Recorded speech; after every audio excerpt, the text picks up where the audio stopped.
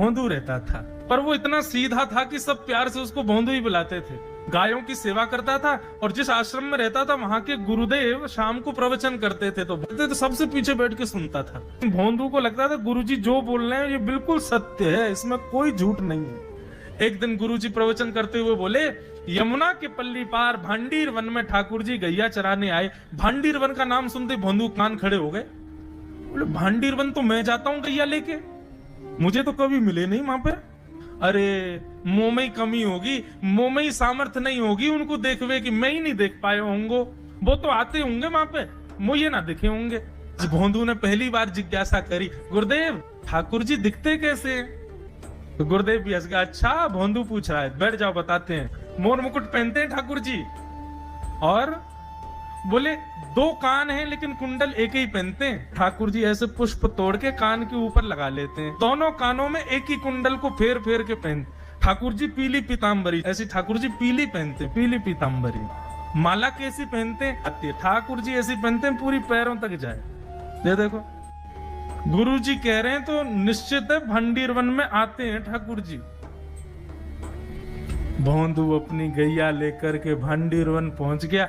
गैया चर रही थी, अब भोंदू ढूंढ रहा है, कभी वृक्ष के नीचे जाके देखे, कभी कहीं देखे, कभी ढूंढे कहीं से चंदन की सुगंधी आ जाए। गुरुजी बता रहे थे उनमें से चंदन की सुगंधी आती है, क्या पता कन्हैया यहीं कहीं हूं। इतने भाव से, इतने प्रेम से और इतने भोलेपन से ढूंढने लगा ठाकुर जी को, और ठाकुर जी नहीं मिलते ना तो अपने आप को ही कोसता, मुंह में योग्यता ना होगी, यही मारे ना मिल रहे, ठाकुर जी तो यही है। गुरु जी की बात गलत नहीं है, ठाकुर जी तो यही है।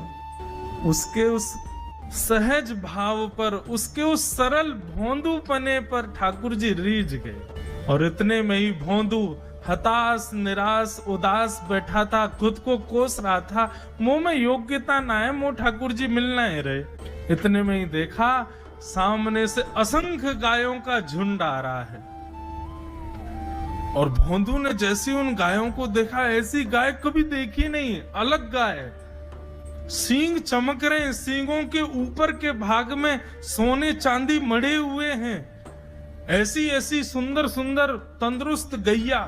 तभी देख रहा है भोंदू, पीताम्बरी पहनी है, गले में वैजंती माला धारण की है, सिर पर पाग पहनी है, एक कान में कुंडल है, मंद मंद मुस्कुरा करके दतुइयां दिखा रहे हैं, कटाक्ष नेत्रों से कभी इधर देख रहे हैं कभी उधर देख रहे हैं, अपनी वेणु को कमर में कस करके गैयाओं के गले में गलवैया डाल करके श्याम सुंदर भोंदू की तरफ चलते भय आ रहे हैं। ये दृश्य देख कर के हाथ पांव कांपने लगे भोंदू के।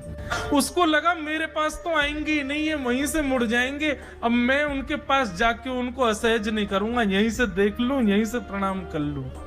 लेकिन जैसे जैसे प्रणाम करके ऊपर देखता, ठाकुर जी और पास आ रहे हैं, और पास आ रहे हैं, और पास आ रहे हैं। जैसे ही ठाकुर जी आकर के बैठे, भोंदू के पास शब्द नहीं है, हाथ पैर कंपित हो रहे हैं, उसको सूझ ही नहीं रहा करूं क्या मैं, इनके लिए क्या बिछाऊं, कहां बैठाऊं।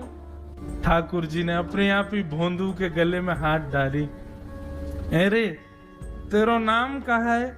जैसे ही ठाकुर जी ने नाम पूछा, भोंदू अपना ही नाम भूल गया, बोले मुझे याद ही नहीं मेरा नाम क्या है, पर प्रेम से सब लोग मुझे भोंदू बुलाते हैं। अब तो भोंदू नाम सुनते ही ठाकुर जी ताली दे दे के हंसने लगे, तेरा नाम भोंदू है? बोले हाँ मेरा नाम भोंदू है। और ठाकुर जी आपको अच्छा लगा? बोले हाँ बहुत अच्छा लगा। आपको नाम कहा है? ठाकुर जी बोले तुम मैं ना जाने? बोले जानू तो ना हूं, लेकिन गुरुजी ने जैसा रूप बताया वैसा ये आपको, तो आप कहीं नंद नंदन तो नहीं हो?